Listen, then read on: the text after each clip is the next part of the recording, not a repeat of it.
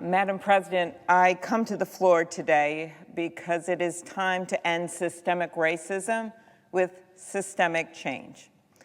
So I'm calling on my colleagues to work with us to immediately bring the Justice in Policing Act to the floor. I thank Senator Booker, who's here with us today, and Senator Harris for their work on this bill, as well as the House members who are leading in the other chamber.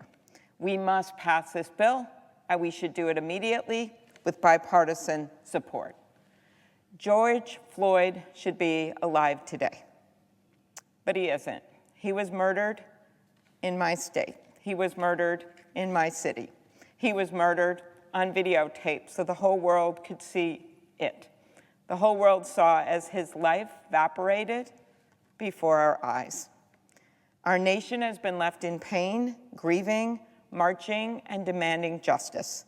His murder has galvanized a nationwide movement for justice, both for George Floyd and for the Black community and communities of color across America that have experienced injustice for far too long.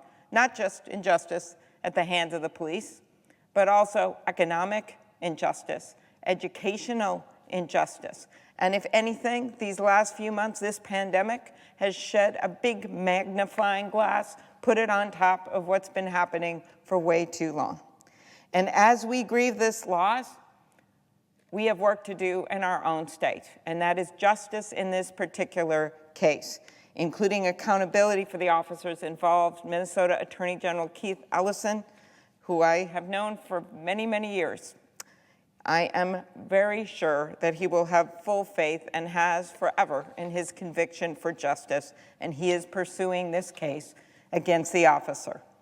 But as lawmakers, we must also make systemic change. We cannot answer our nation's calls for justice with silence. That would make us complicit. We cannot answer with what the president called domination. That would make us monsters. We must answer with action. That is what makes us lawmakers.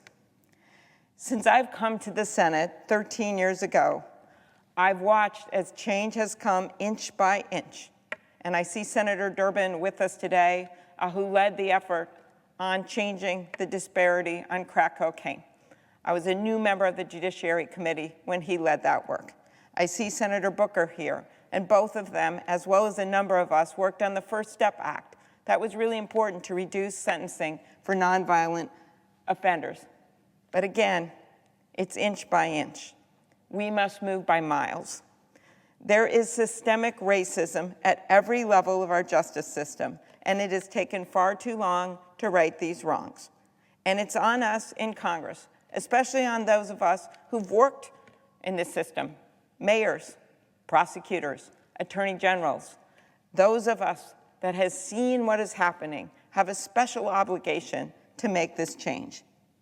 We took an oath as senators. We didn't wave a Bible in the air for a photo op. We placed our hands on that Bible and swore to support and defend the Constitution against all enemies, foreign and domestic. That enemy we face right now, it is racism, it is injustice. This is not a time for half measures and equivocation. It is a time for real change and swift action, including holding police officers accountable for misconduct and violence, changing police practices, and making our justice system more transparent. There are a lot of good police officers out there, a lot of good police officers, but they are brought down, just as our entire community is, when you have someone like Derek Chauvin commit the murder that he did. When they watch the videotape, they feel like we feel. And that is why this bill is so important, the Justice in Policing Act. This comprehensive legislation changes federal law so that officers can be held accountable for misconduct and increases that transparency and improves police training. First, accountability. The Justice in Policing Act will hold officers accountable for misconduct and violence by changing the federal use of force standard from reasonable to necessary. so that force is only used when necessary to prevent death or serious injury. And it requires states to adopt similar standards if they want to receive certain federal funding. Changing the standard is not just some little legalese word that makes a change. It will save lives. When these changes have been adopted at the local level, there has been a significant drop in the use of force. These words can be the difference between whether a prosecutor can prove a case against a police officer or not. People ask what's happened around the country with some of these cases, some of these blatant things that people recently have seen on videotape. In my state, Philando Castile, which was in a neighboring jurisdiction to Minneapolis. Look at what these standards are.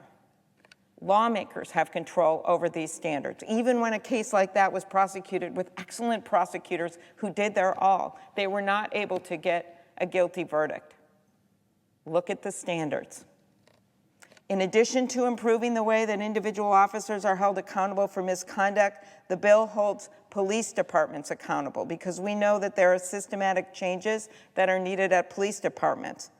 I have called on the Department of Justice, along with 26 of my colleagues, to conduct a full-scale investigation into the patterns and practices of the Minneapolis Police Department. We have waited weeks for a response.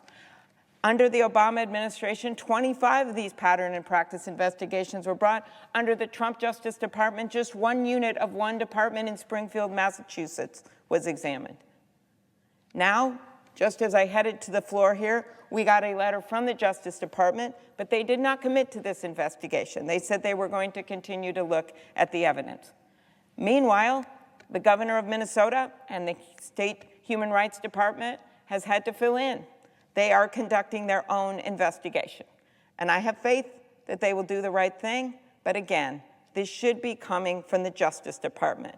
We know that Minnesota is not the only state, as recent events have shown us, that has experienced misconduct from the police and have experienced a pattern and practice that need to be examined. But again, we wait that investigation from the Department of Justice. After what we saw on the video, it is not warranted in this case to have such an investigation.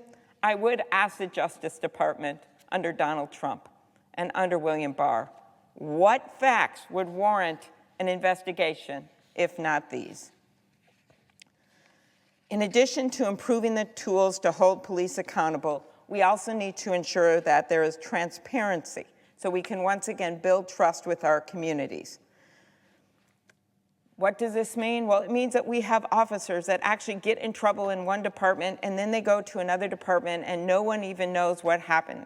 It means that the public did not have access to information about serious issues of misconduct that are held tightly within city departments and city archives in some place, when in fact it's a matter of life and death for the people of this country. And of course, we need wholesale changes to the way policing happens. I worked with Senators Smith and Gillibrand to include provisions in the bill to require states to ban the use of chokeholds in policing, to receive certain federal funding, and ban them overall. This would be an important change that actually would help with prosecutions across the country if this practice was actually banned. George Floyd's murder at the hands of police officers was horrific and inhumane, and sadly, as we know, not the first or last time a black man was taken too soon by those in uniform. We must stop this cycle of violence to get something done. We have an opportunity to make real change here. And if Leader McConnell refuses to bring this bill to the floor, he and his colleagues who support him are on the wrong side of history. In the words of George Floyd's family, who I had the honor to speak with, we will demand and ultimately force lasting change by shining a light on this and by winning justice. I'll conclude with this. A few years ago, like so many of my colleagues, I went to Selma, Alabama with Representative John Lewis. I stood there on the bridge where he had his head beaten in. I was in awe of his persistence, his resilience, and his faith that this country could always do better.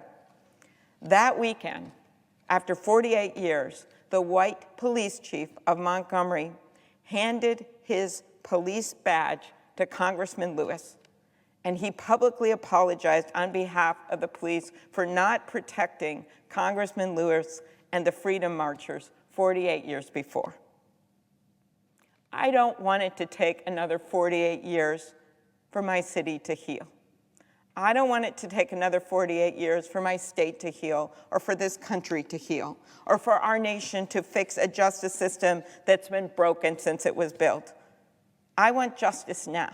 The voices you hear from across the country, they want justice now. It is time we deliver, and not just in platitudes. It is time we act and not just talk about acting. This is our moment. This is history. So let's make history. Thank you, Mr. President. I yield the floor.